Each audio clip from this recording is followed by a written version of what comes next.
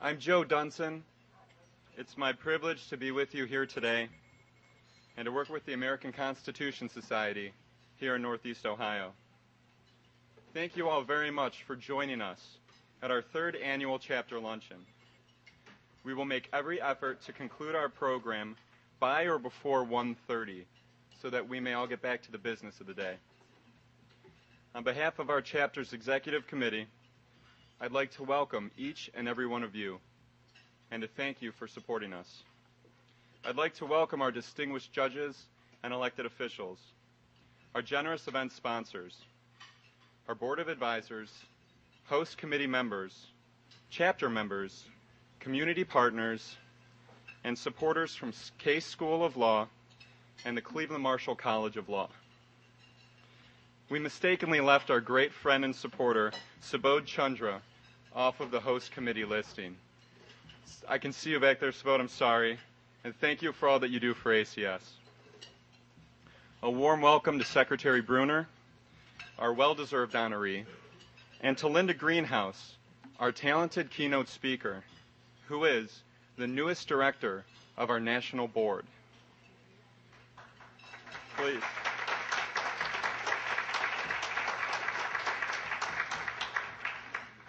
ACS is a national, nonpartisan group of progressive lawyers, judges, scholars, students, and concerned citizens. We are committed to the fundamental values that our Constitution expresses: individual rights and liberties, genuine equality, access to justice, democracy, and the rule of law. ACS claims over 20,000 members nationally, with dozens of lawyer chapters and well over 100 law student chapters. Its members speak and write of concepts like liberty and equality, not just in theoretical terms, but as they apply in jail cells in Cuba and in voting booths in Columbus. Very much like the City Club, they foster meaningful discussion and enrich their audiences. In a moment, you'll meet our acting executive director, David Lyle, who came all the way from D.C. to be with us today. Thank you, David, for joining us. I'll let him brief you on the exciting things going on at ACS all across the country. Our chapter serves Northeast Ohio's legal community by presenting monthly educational programs on timely and often divisive legal issues of local and national interest. We've tackled such issues as Guantanamo Bay detainee prosecutions, immigration reform, the impact of the foreclosure crisis on our region, and open discovery in Cuyahoga County criminal cases. And if quality programming isn't enough, we offer free CLE credit, which usually gets crowds. We are so fortunate to have a deep pool of legal talent in our region. As I look out across this room, I see panelists and speakers from some of our most successful events. Our hardworking executive board and talented presenters have made our chapter one of the most successful in the country. In 2008, under the watchful eye of immediate past President Gail Horowitz, we won Chapter of the Year for showing greatest overall strength in meeting ACS mission and goals. We would not have done it without your support, and we cannot continue to thrive without your support. Thank you so very much for showing your commitment to our chapter. I'd like to recognize the executive board for all the hard work that they put in. If we could get a quick round of applause and have our executive board members stand, please.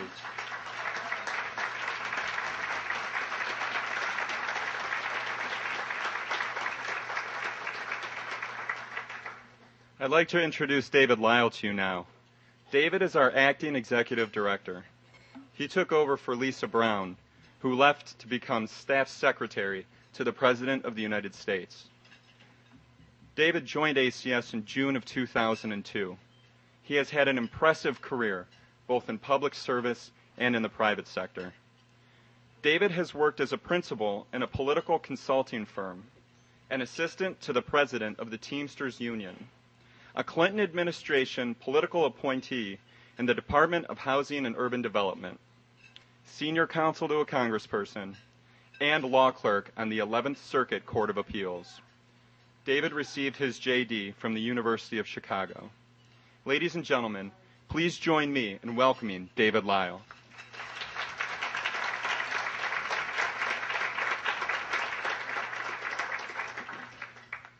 Thank you, Joe. If brevity is the soul of wit, I hope you will find my remarks this afternoon truly hilarious. But there are a few brief points I would like to make. First, it's great to be with you today. The Northeast Ohio chapter is one of ACS's best. You host impressive programming that features topics of national and local interest, drawing on expert speakers from Cleveland and beyond. These successes are due in no small part to the efforts of Chapter President Joe Dunson and immediate past President Gail Horowitz, who demonstrate the depth and strength of the progressive community in Cleveland. This programming demonstrates the chapter's commitment to the full range of ACS's core principles. Under the capable direction of the Honorable William Vaudry, you also organized a board of advisors this year, formalizing the relationship between ACS and some of the leading members of Cleveland's progressive legal community. We expect the great things to continue in the coming year, starting with next week's event on the advancement and retention of women in the legal profession. And we look forward to your active participation as the chapter continues to grow and contribute to the accomplishment of ACS's mission.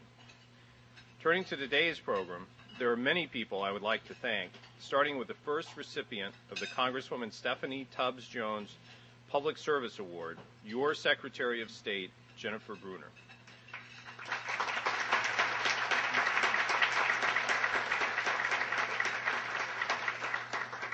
Secretary Brunner is a great public servant, a champion of voting rights and civil rights, and a model for all who believe, as ACS members do, that law can and should be a force for improving the lives of all people.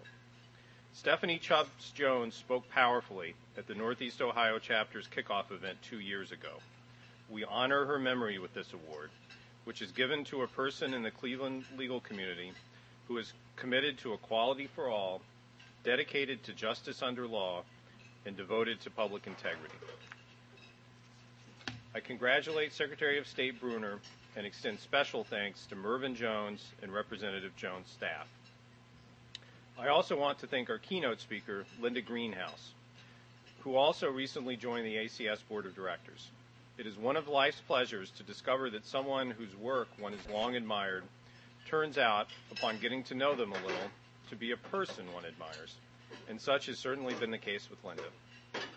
Finally, I'd like to thank our generous sponsors, Baker and Hostetler, LLP, Calfee, Halter, and Griswold, LLP, the Havener Law Firm, LLC, Schwartzwald, McNair, and Fusco, LLP, Voorhees, Slater, Seymour, and Pease, LLP, our keynote sponsor, Jurinov Limited, and our community partners, the Legal Aid Society of Cleveland and the Norman S. Minor Bar Association, and this event's host committee, which consists of Barbara Besser and the chapter's boards of advisors and executive committee members, each of whom is listed in your program.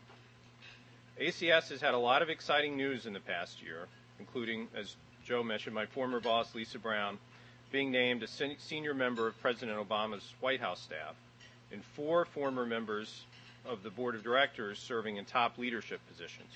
Eric Holder as Attorney General, Ron Klain as Chief of Staff to Vice President Biden, Dawn Johnson as the head of the Office of Legal Counsel, and Spencer Overton as Principal Deputy in the Office of Legal Policy at the Department of Justice. Here in Cleveland, you know that the task that stands before our friends and colleagues in the new administration, before us all, is immense in scope and almost overwhelming in its difficulty. And yet, we should not despair. In 1966, Robert F. Kennedy visited South Africa at a time when the walls of apartheid seemed impregnable, and spoke about how, someday, change would come. He said, "Each time a person stands up for an ideal, or acts to improve the lot of others, or strikes out against injustice, he or she sends forth a tiny ripple of hope, and crossing each other from a million different centers of energy and daring, those ripples build a current which can sweep down the mightiest walls of oppression and resistance. And so the walls came down, and so will the walls that stand before us today. By engaging in the work of ACS, you send forth many ripples of hope. Let me give you just one example. ACS recently published, and ACS members soon will be receiving copies of, a slim, accessible volume on what the Constitution means and how to interpret it. It's called Keeping Faith with the Constitution, and it's a great product. But the only way the ideas in Keeping Faith can reshape debate on constitutional issues is for you to enter those debates. Organize an event. Speak to a student chapter. Write an op-ed. Discuss the Constitution with a colleague who is a Federalist Society member, and convince everyone else in the room that we are right. Send forth your ripples. I can't encourage you strongly enough to read Keeping Faith with the Constitution and to carry its message onward. And to entice you, here's a small sample of what you have to look forward to. I've been told that there's a quick issue with the volume, but don't think you're going to be subjected to it for a long time.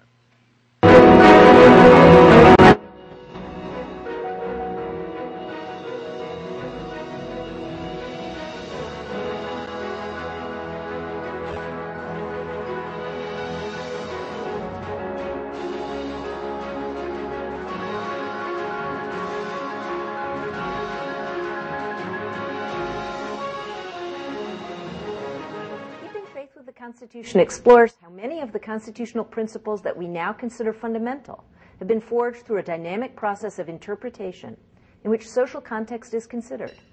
I want to say that this is an extraordinary moment for these two volumes to come out, because I suspect that sooner rather than later, this is a debate that's going to be happening on cable news and on radio and in the op-ed pages and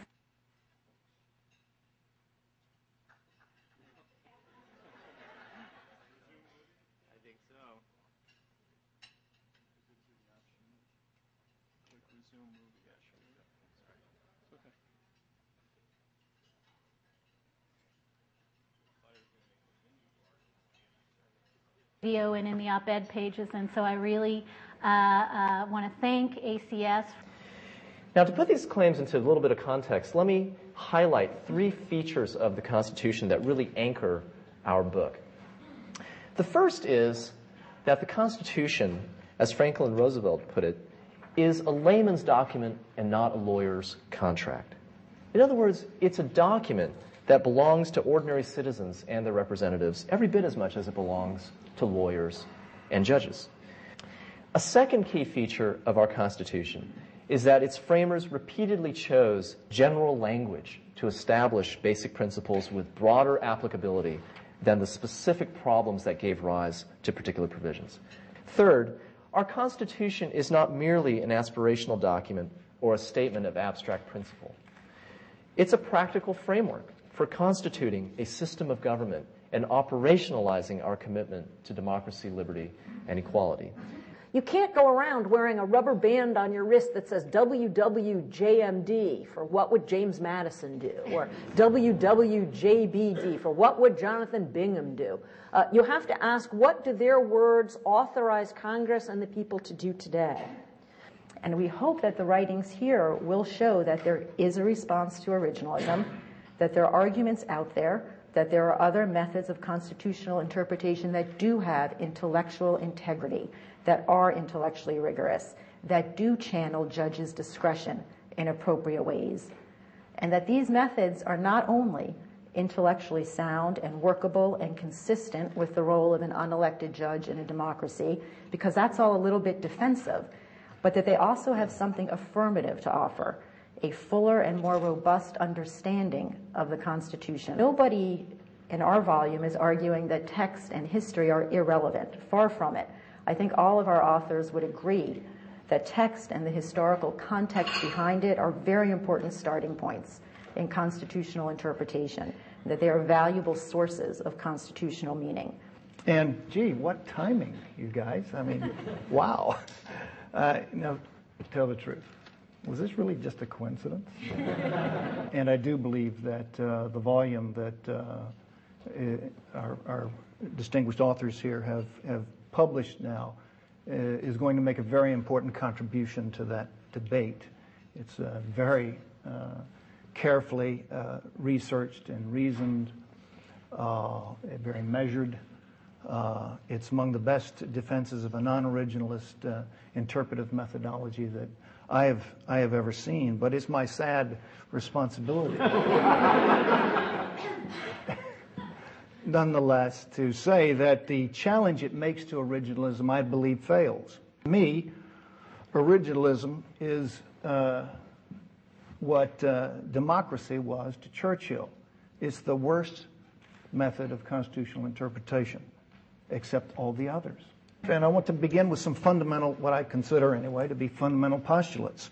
The central premise of our constitutional order, the basis on which the whole American fabric was erected, as Marshall put it in Marbury, is that the Constitution embodies the supreme will of the people and is accordingly a superior paramount law unchangeable by ordinary means. I believe that all non-originalist theories are ultimately designed to spare the judge that pain, to free the judge of the original meaning of the Constitution and of a obligation to search as carefully and as objectively and as honestly as the judge can for that rule of law. I want to say just a small point about the feeling the pain point, which is just to say that certainly that criticism shouldn't be unilaterally directed at justices like Warren and Brennan. I don't know how much pain Justice Scalia feels in his own applications of originalism, especially when he decides that it doesn't apply. One of the justices that Chuck didn't mention, perhaps because he was very explicit about the extent to which he felt the pain of what the Constitution did, is the justice for whom I clerked, Harry Blackmun, who several times wrote in opinions, look, if I were a legislature, I would not do this.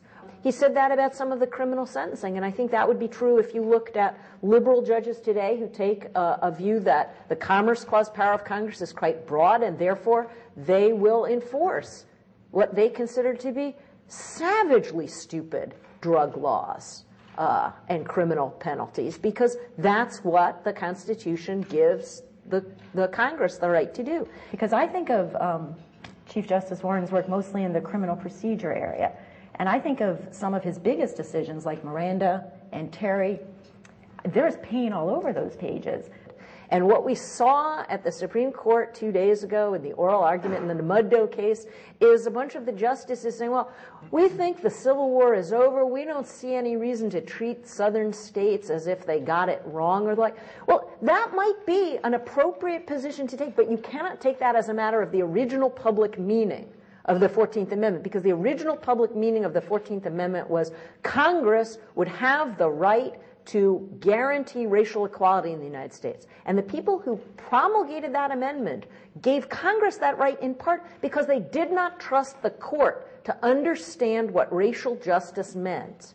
And so if we're going to be originalists and original public meaning people, that's an area where I think that the conservative members of the Supreme Court should back down. If we look at the D.C. Guns case from last year, which is the D.C. Guns case, both sides talked about what the original public meaning of the amendment was. But let me just read you a little tiny passage from Justice Scalia's discussion of what the word arms means in the Constitution, right? Because the Second Amendment says it's the right to keep and bear arms. And he says, some have made the argument bordering on the frivolous that only those arms in existence in the 18th century are protected by the Second Amendment.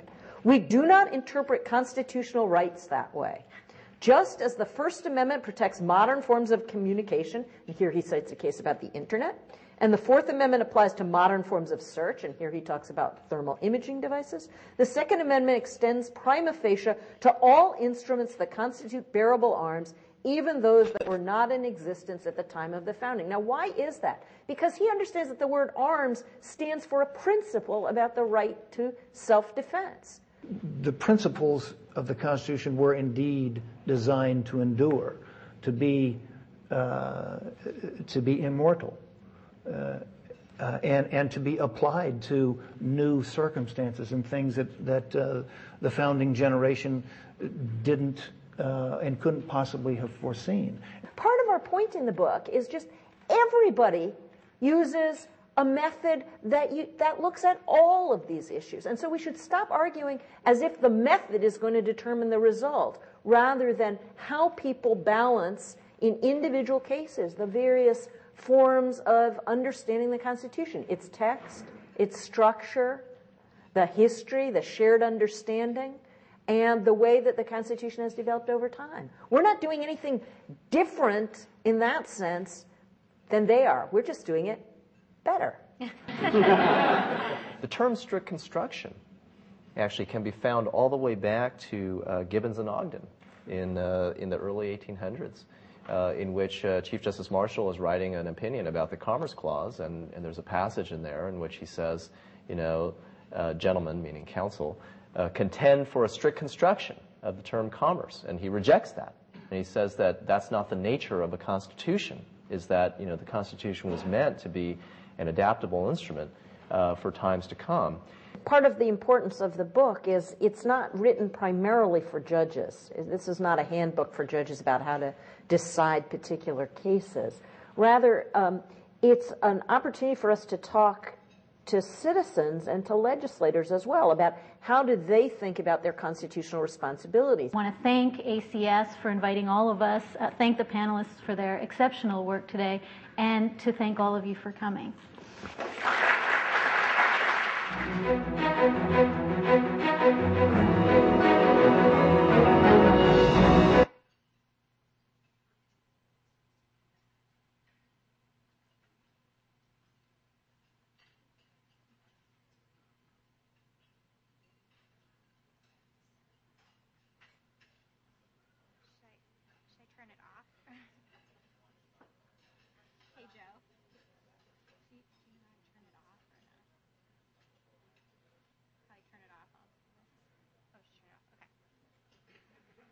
Hi, everyone. Sorry, some technical difficulties, mostly mine. My name is Gail Horowitz. I know a lot of you in this room. It is such a pleasure to see so many people here today, and it just reminds us all who have been around for the last couple of years with ACS how much we've had the chance to grow over these 3 short years. And one of the ways that we've grown, and one of the ways that our chapter is so unique among lawyer chapters across the country, is that we were fortunate enough just last year to assemble a board of advisors, our own board of advisors, just for our Northeast Ohio chapter.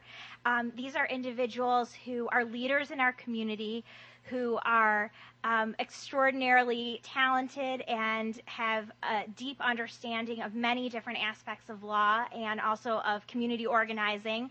And we're going to be looking to them in the future and already to help us as we continue to grow. And I would just like our Board of Advisors members to stand now and be recognized.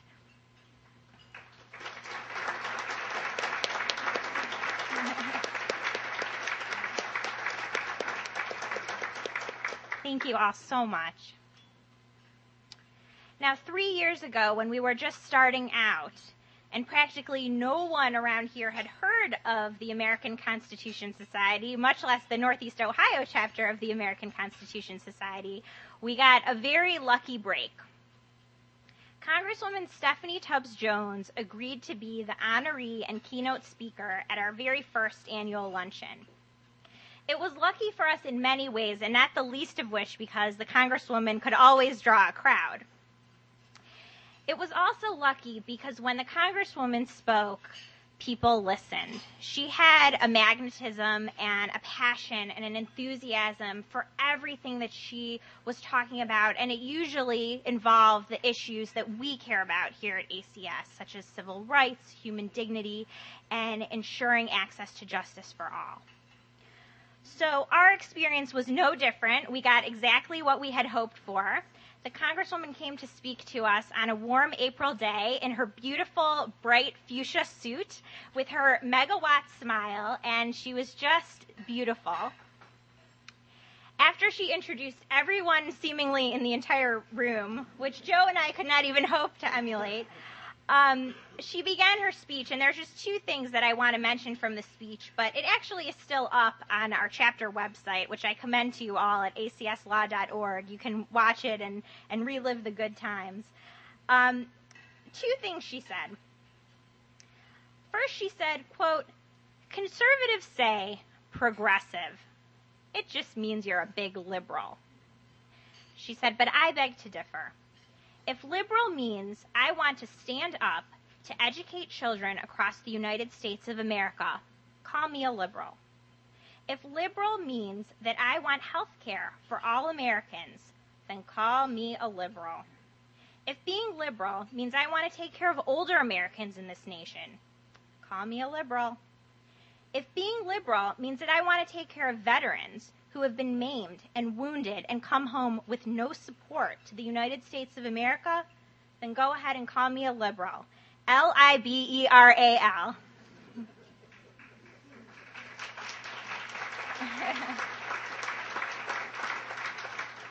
Because when you're a liberal, she said, you have to stand up. And she gave this example. She said in December of 2004, she thought long and hard about whether she would publicly object to the counting of the Ohio vote due to massive irregularities and allegations of voter suppression throughout our state. She said that colleagues warned her, they tried to stop her, they told her that would be very politically damaging to her.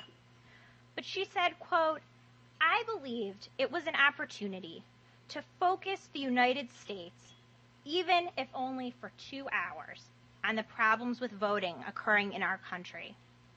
She said that was important because we have to live our values and we need to take a step back and make sure that we are executing on our own values here in America before we could ever presume to try to impose values on others. We have to lead by example.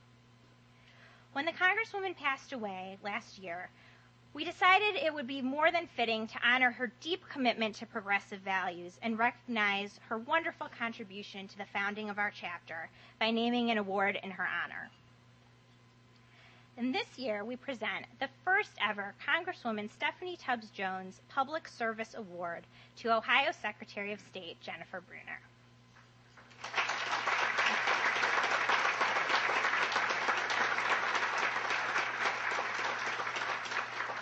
Jennifer Brunner was elected Ohio's first woman Secretary of State in 2006. Her hard-fought campaign emphasized the need for massive overhaul of Ohio's beleaguered election system. And once in office, she wasted no time in achieving this goal. And I just want to talk about 4 things she did. These reforms proved very critical. First, she made sure that backup paper ballots were available in every county that used voting machines. She also expanded the use of early voting. Now, these things in hindsight might sound like no big deal, but I assure you they were absolutely revolutionary. They worked to eliminate a lot of the long lines that had plagued our state in earlier elections and had actually, in many cases, deterred people from casting a ballot. She developed a clear set of easy-to-understand poll worker instructions, which also was groundbreaking in that it allowed for a smoother and more consistent administration of elections throughout the state. It had not been done before. Finally, she fought to remove numerous obstacles to voting and was particularly concerned with those that disproportionately affected minority and low-income individuals. Colleagues praised her for her thoughtfulness and also her willingness to consider diverse opinions before making policy. At the same time, they note, she is not afraid to stand up when voting rights are threatened. And at times, she has been known to take her fight all the way to the U.S. Supreme Court, where, by the way, she won. Prior to serving as Secretary of State, Jennifer Brunner worked as a judge in the Franklin County Common Pleas Court, as a legislative counsel for the Secretary of State's office, and in private practice specializing in election law. In 2008, she earned the John F. Kennedy Profiling Courage Award, which is one of the highest honors given to elected public servants.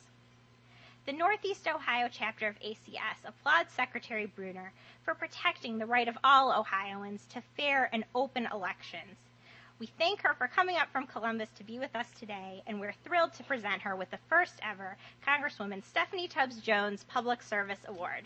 Secretary Bruner.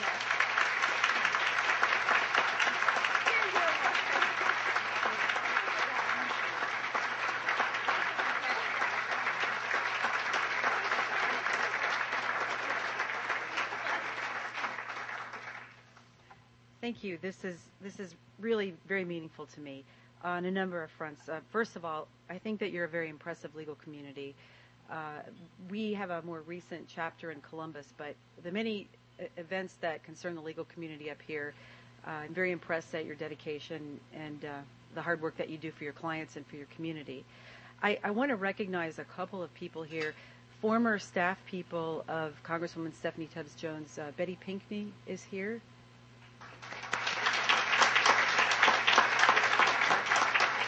And I was fortunate enough to have joined my staff, Christopher Nance, who's now the director of our Cleveland office here at the Secretary of State's office. And you have an exemplary person, one who was not able to be here, but Ina Jo Davis Chappelle is on your Board of Elections here, and she does a wonderful job for you up here.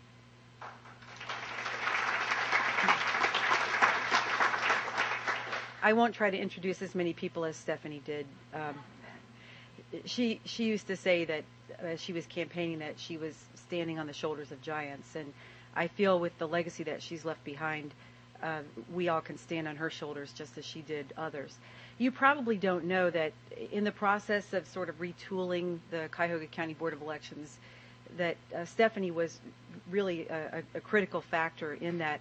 There were many times, even though she was very busy in Congress and in D.C., that she and I would be talking late at night, 11 or 11:30, about how we could proceed in such a way that we could put some integrity into the operations of the Board of Elections.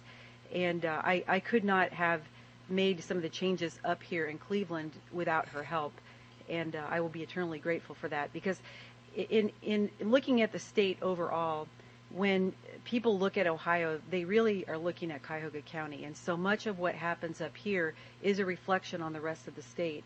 So when things went smoothly in the March primary and even more smoothly in the November general election in 2008, you did right by the people of the state of Ohio. And so many of you stepped up as attorneys to volunteer, to serve as even poll workers or presiding judges or poll watchers. And I was so thrilled when the president of the State Bar Association sent out a letter to all of the members of the association asking them to participate in the election. And at the same time, we had very good legal representation from the Attorney General's office all the way through the process, from before the primary through the general election. And we could not have accomplished what we did in 22 months here in Ohio without really good legal work. We increased the number of attorneys in the office. We had attorneys who left some major law firms, took $50,000 pay cuts because they wanted to do something that mattered. And they were there putting in the time and the hours and the commitment and the energy that was needed for this to come together. If you think about 88 disparate county boards of elections and the great diversity of the state of Ohio, and that every board of elections has 2 Republicans and 2 Democrats, and every time there's a tie vote, somebody has to break them, and that somebody would be me. It really is amazing that you can keep all these frogs in a wheelbarrow while you keep on moving. And you know, we're Ohioans, and we did just that. And so I really appreciate this award. It's a great honor coming from people who I respect very highly. Thank you.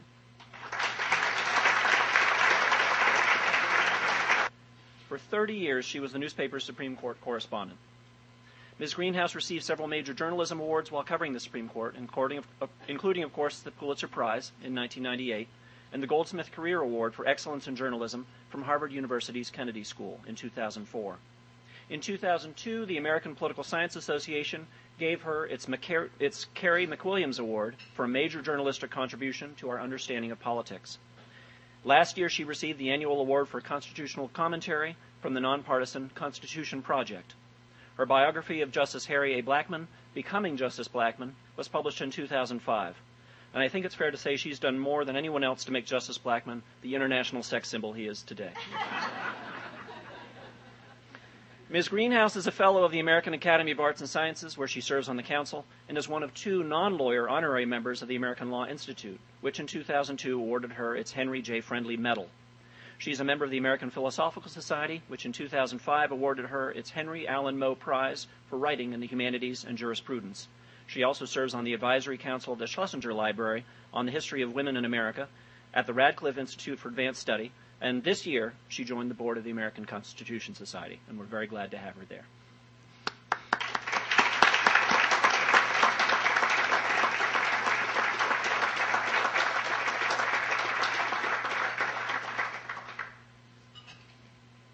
Thanks. It's really a treat to be here. This is an amazing legal community. It's also a treat to meet the Secretary of State and to see that film, which I had not seen. I have read the book. I commend it to all of you. And listening to Pam Carlin and Goodwin Liu talk about the essence of constitutional values that the ACS embodies, I realized once again how at home I feel, having joined the board that had been decimated by the Obama administration.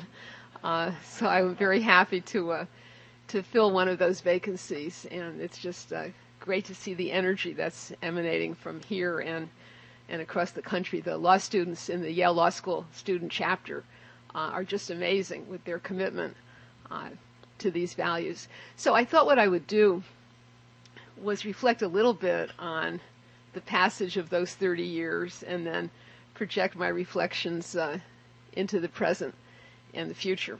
So I'm calling this talk the Roberts Court in the Obama Era, and obviously based on very recent events, the Obama era is just about to begin.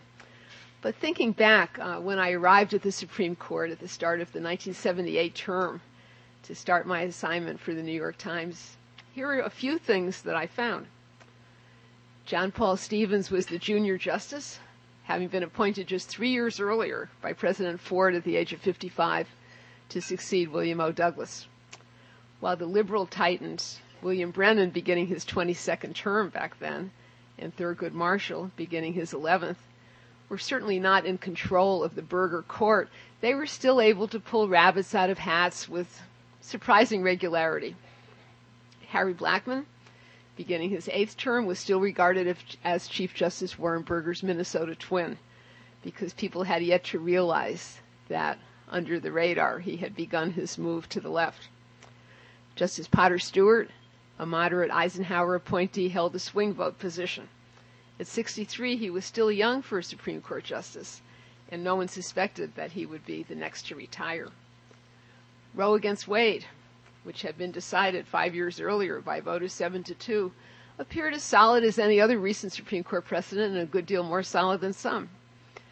And under precedents established since the New Deal, Congress was essentially free to do whatever it wanted as long as the Commerce Clause or Section 5 of the 14th Amendment could provide a rationale that was even remotely plausible.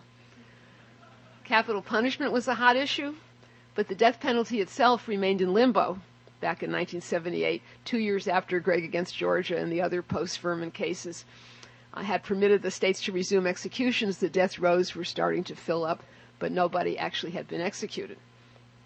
William Rehnquist, the second most junior justice, was a lonely voice on the court's far right, often a solitary and sharp-tongued dissenter. The court was deciding about 150 cases a year with signed opinions, and some experts were suggesting that the court was so overburdened that Congress should consider creating a new federal appeals court between the Supreme Court and the circuits to take some of the burden off. Okay, that's what I found. Here's what I didn't find. I didn't find any women. Sandra Day O'Connor was a judge on an intermediate state court, and nobody outside of Arizona had ever heard of her. In fact, there was a Broadway comedy of the period, you might remember, First Monday in October, that depicted a fictional first woman justice, and the very premise was regarded as so far-fetched that it was played for laughs. A little-known law professor named Antonin Scalia was teaching in Chicago. A quite well-known feminist scholar, Ruth Bader Ginsburg, was teaching at Columbia. Nobody had ever heard of Clarence Thomas, who was an in-house counsel for the Monsanto Company in St. Louis. David Souter was Attorney General of New Hampshire. Nobody had ever heard of him either. Samuel Alito was an assistant U.S. attorney in New Jersey. John Roberts was in law school. So it goes without saying that in the ensuing 30 years, I saw many changes.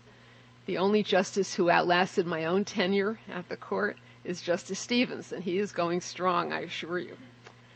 Harry Blackmun, whose biography, as you heard, I wrote a few years ago, ended his 24 years on the court as the most liberal justice who was then serving. Warren Burger rode off into the sunset to help the country celebrate the Constitution's bicentennial and was never heard from again. William Rehnquist became Chief Justice, and thanks to the Supreme Court appointments made by President Reagan and the first President Bush, he lived long enough to see his once solitary dissents become majority opinions, but not quite long enough to see his former law clerk, John Roberts, named to succeed him. The confirmation of John Roberts in 2005 ended the longest period of membership stability in the court's modern history. It was 11 years without a new justice, and not since the 1820s had there been such a long period. And then, of course, the second major change occurred a few months later when Justice Sandra Day O'Connor left the court and was replaced by Justice Alito, so that, as we all know, left Justice Kennedy in the swing position in what had been affectionately known as the O'Connor Court became effectively the Kennedy Court. The question of whether the Supreme Court had too much work to do quickly became obsolete. Grants of cert dropped steadily during the last 20 years or so, and during its last term, the court decided only 67 cases with full opinions, the smallest number since 1953. So looking back over these 30 years of continuity and change, it's obvious that more change is imminently on the way. And I think the nomination of Judge Sotomayor is a very exciting one. It's left the Republicans flapping, fuming, foaming. The opposition research and the search for the killer soundbite is unfortunate, and frankly, one reason I grabbed at the buyout and left daily journalism last summer was I wasn't sure I had the stomach to go through another one of those. But we've all been through that before, and we'll live through this, and so will Judge Sotomayor. First in her class in high school, first in her class at Princeton, Yale Law Journal, 17 years of judicial experience. I think she'll be a powerful personal presence on the court. I can't wait to see and hear more of her. One point occurs to me that I haven't seen commented on anywhere, and this just occurred to me yesterday, and I know there's some Princeton representation in the room. The contrast between two Princeton graduates, Sonia Sotomayor and Samuel Alito. Just think about this. They were both student activists, but in what different causes. Sam Alito, who attended Princeton in its waning years as an all-male bastion, was active in a student organization that was dedicated to keeping the women out. Remember, this came up in his confirmation hearing.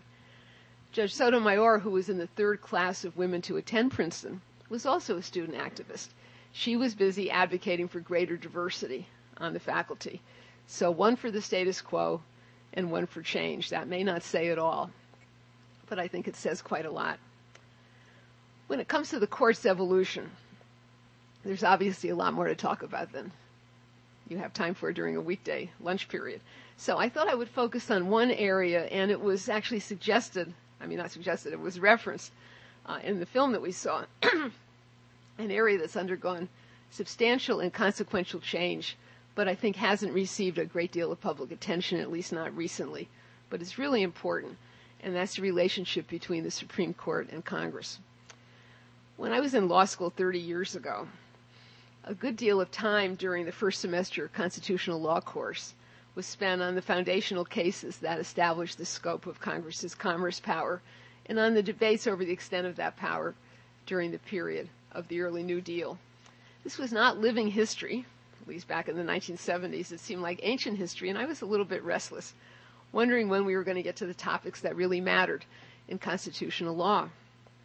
Well, I could hardly have imagined that I would go on to spend years, quite fascinating years, chronicling the revival of those old debates during what came to be called the Rehnquist Court Federalism Revolution. The arrival of Clarence Thomas on the court in 1991 gave Chief Justice Rehnquist the fifth vote that he'd been waiting for, in addition to the votes of Justices Scalia, Kennedy, and O'Connor, to begin to rein in the power of Congress on two fronts: its power over the states through the Commerce Clause, and its power to give substantive meaning through Section 5 of the 14th Amendment to the guarantees in that amendment of equal protection and due process. It's hard to overstate the power of those developments to unsettle the status quo, at least among those who follow this kind of thing. And for the general public, I think the revolution proceeded largely beneath the radar because the decisions themselves were quite impenetrable. They really hid the ball.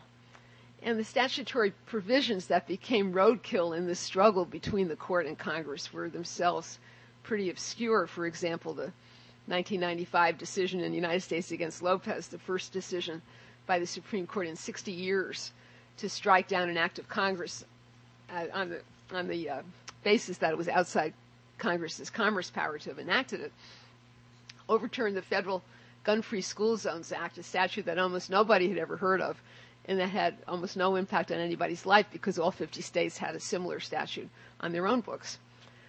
But in a series of subsequent cases, all decided by votes of 5-4, the court started getting into some real bedrock.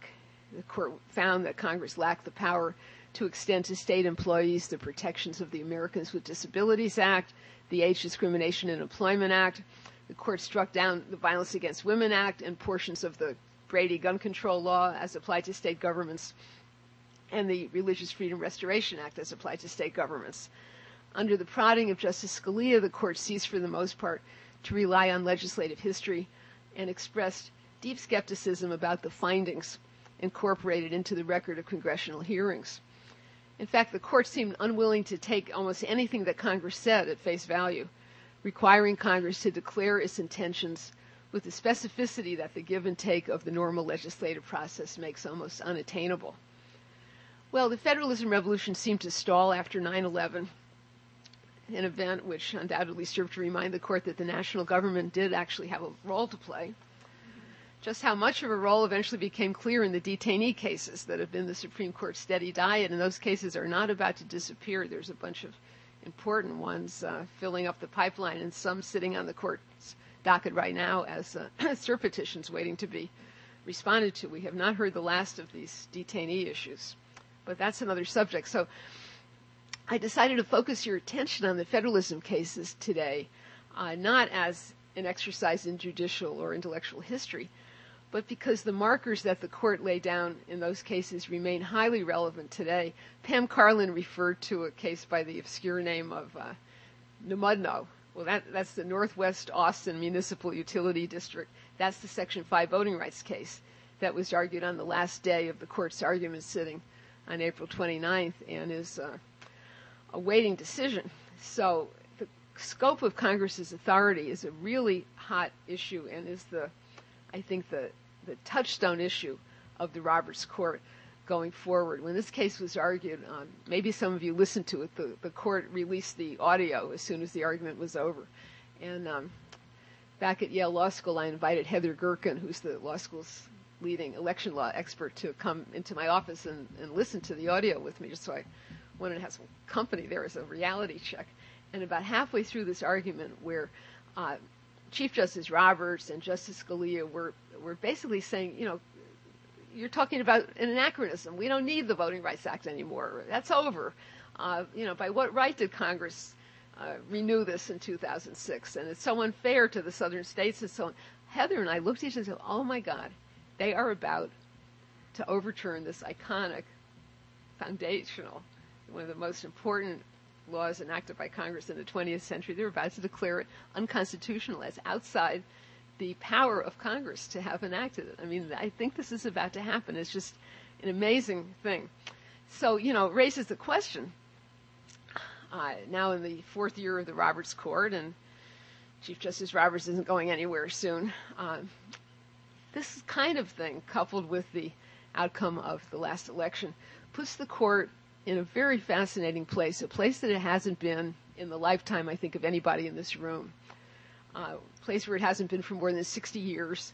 That is to the right of the country's center of gravity. So think about the court since the New Deal. During the Warren Court years, the court was arguably to the left of the center of gravity, at least with respect to the views of the non-elites, in its rulings on civil rights, church and state, and criminal procedure. And that was not a comfortable place for the court to be, and the political system reacted accordingly. Richard Nixon very effectively ran against the Supreme Court as part of his deliberate strategy.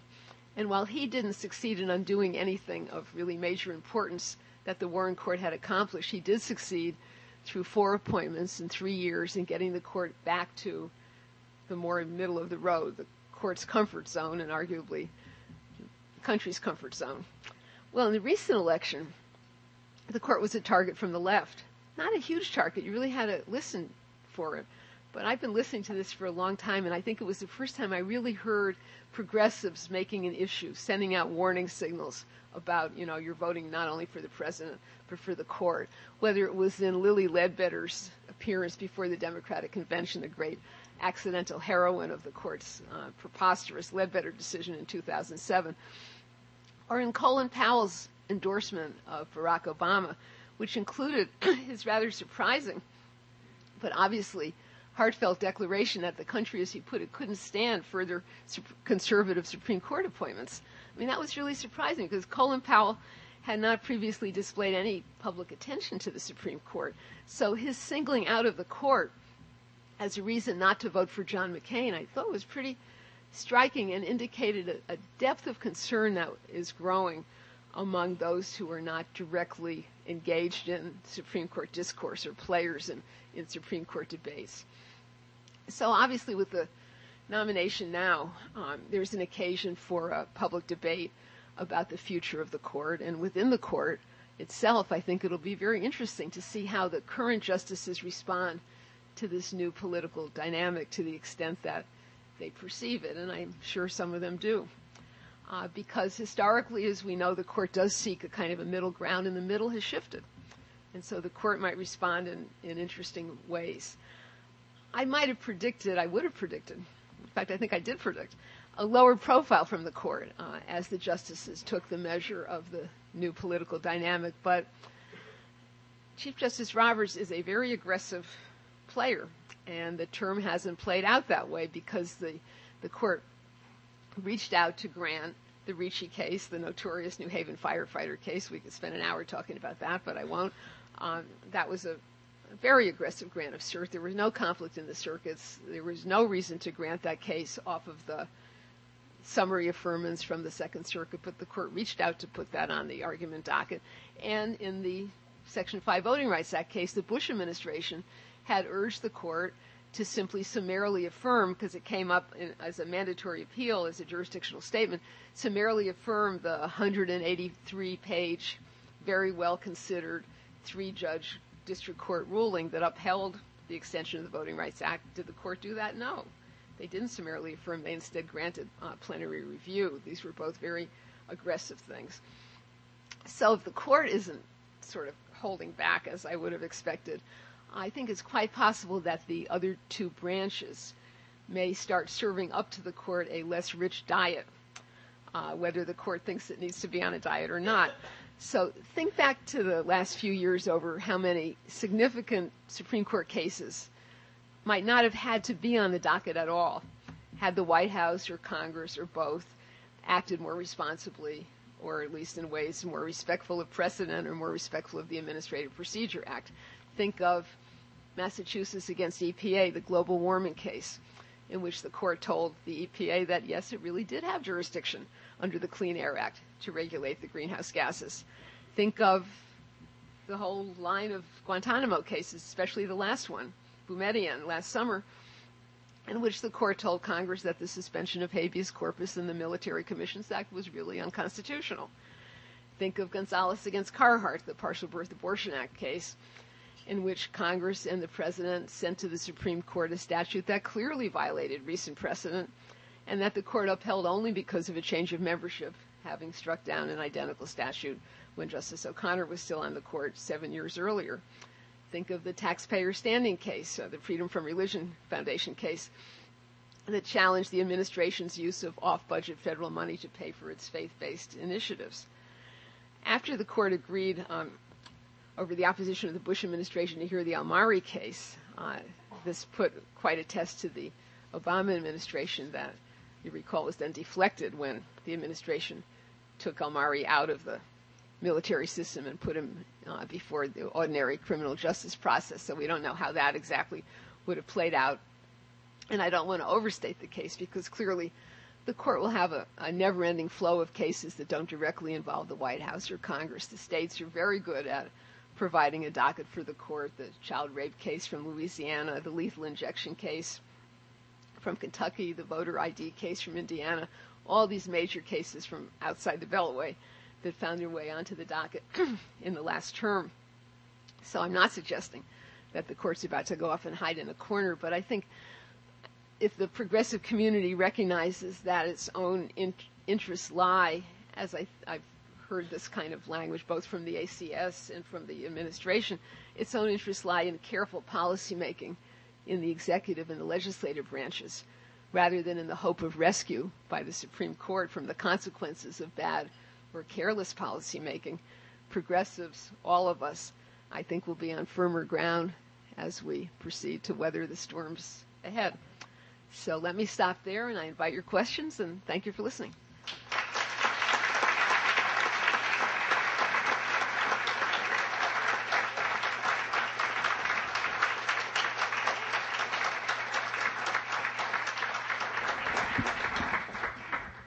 All right, hopefully this will work. Just raise your hand and... Test. Anyone?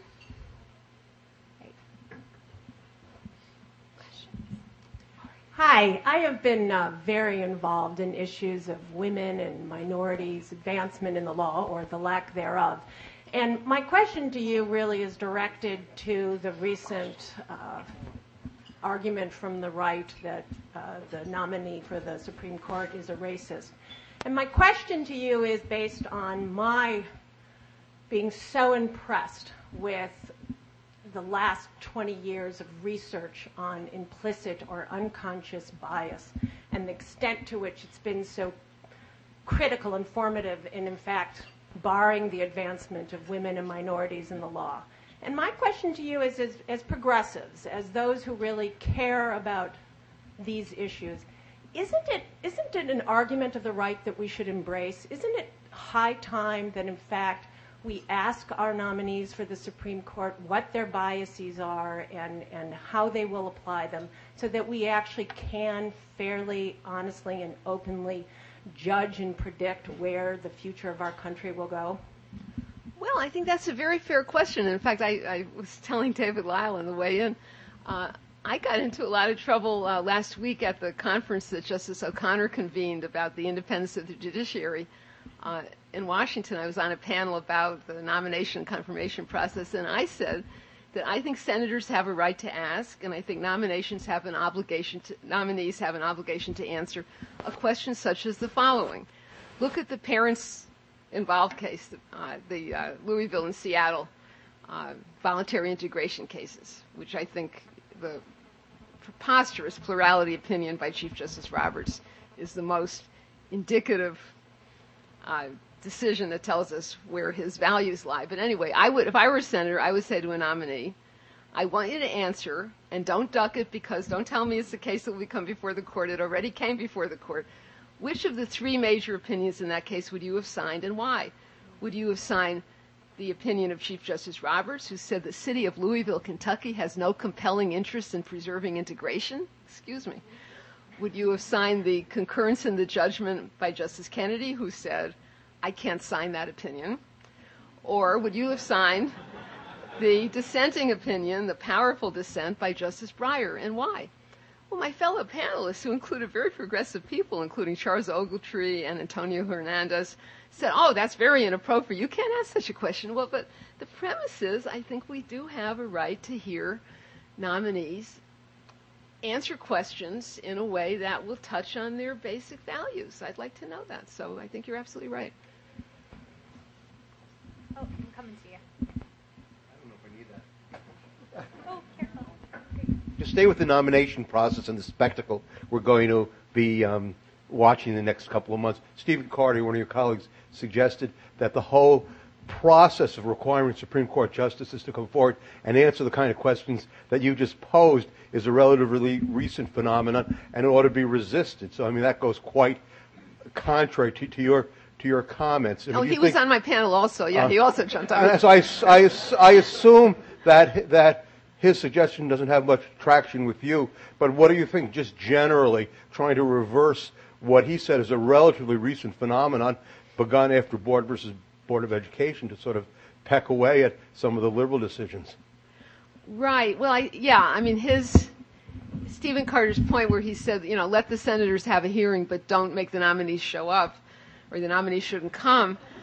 He said historically, and I actually hadn't known this, so that was interesting, that historically, he said it started with the confirmation hearing for Thurgood Marshall, and the Senate, the conservative Senate Judiciary Committee then wanted to sort of, put him on the spot.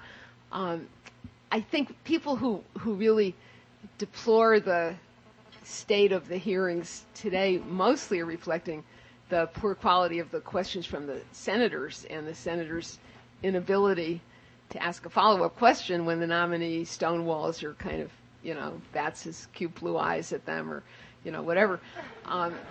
So, I would argue that to say we should get rid of substantive hearings or shouldn't struggle to have substantive hearings is an admission of failure that I'm not comfortable settling for. I think we really need to put the senators on the spot for conducting a substantive hearing.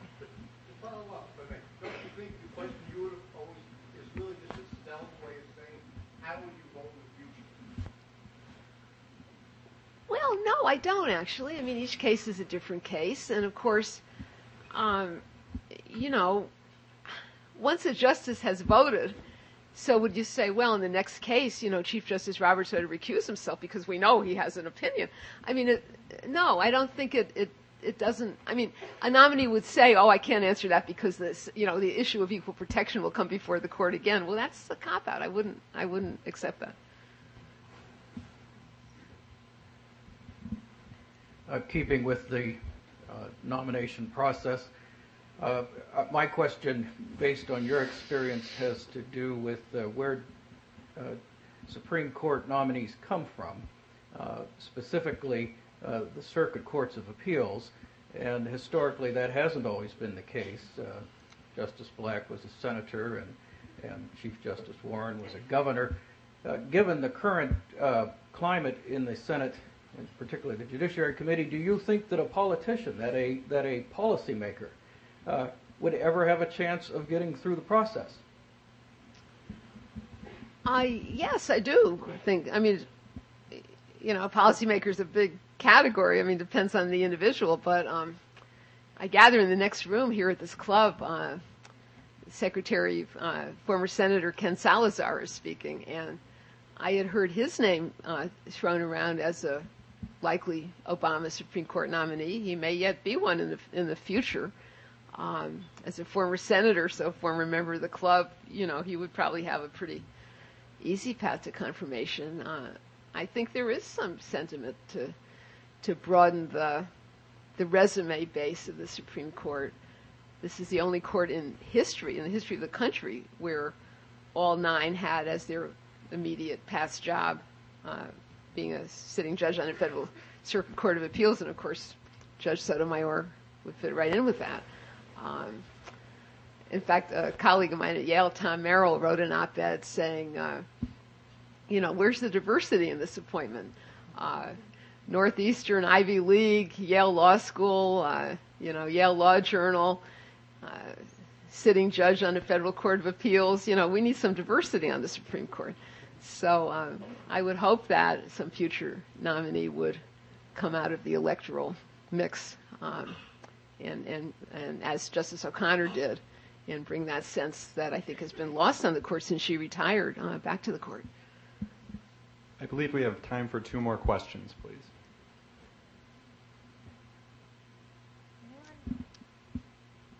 Well, in that case, thank you very much. I have one more question. Okay, do you right. believe Judge Sotomayor has the ability to really change the decision-making process, or really to have a deep impact, or are we just going to see her sort of filling Judge Souter's spot in the votes? Well, I wrote an op-ed on this point last week, and the point I tried to make is, if you just look at vote for vote and substitute one justice out of 9, another justice out of 9, that's too fine-grained, perhaps, to really be able to tell. But if you step back and say, okay, here's a dynamic institution of 9 individuals who are plausibly going to spend the rest of their lives together. They're bound together. There's a small group dynamic at work here. And as I quoted Justice Byron White, who used to say, anytime you bring in a new justice, and he served with 13 new ones over his long tenure, it's a different court. So you can't really predict. It's sort of like a bank shot in a pool game or something, and the balls start going in different directions and banging into each other in different ways. She's I gather, a powerful personality, a strong presence, very smart, very well prepared. I think she's going to bring something, exciting to the mix, and it'll be a different mix. And how that plays out, one case or another case, nobody can really say. But I think she will energize the court, and it will be to some extent a different court. How did your career begin as a writer at the New York Times? Thank you, Flo, my friend from Mexico. I was, a student journalist in high school and in college, very seriously. I never took a journalism course, but I, wrote for the college paper and got my first job as an intern for the columnist James Reston at the Times. He had an internship program. He would take a kid from a college paper every year. And I just hung around for 40 years. So that's how it started. Thank you very much.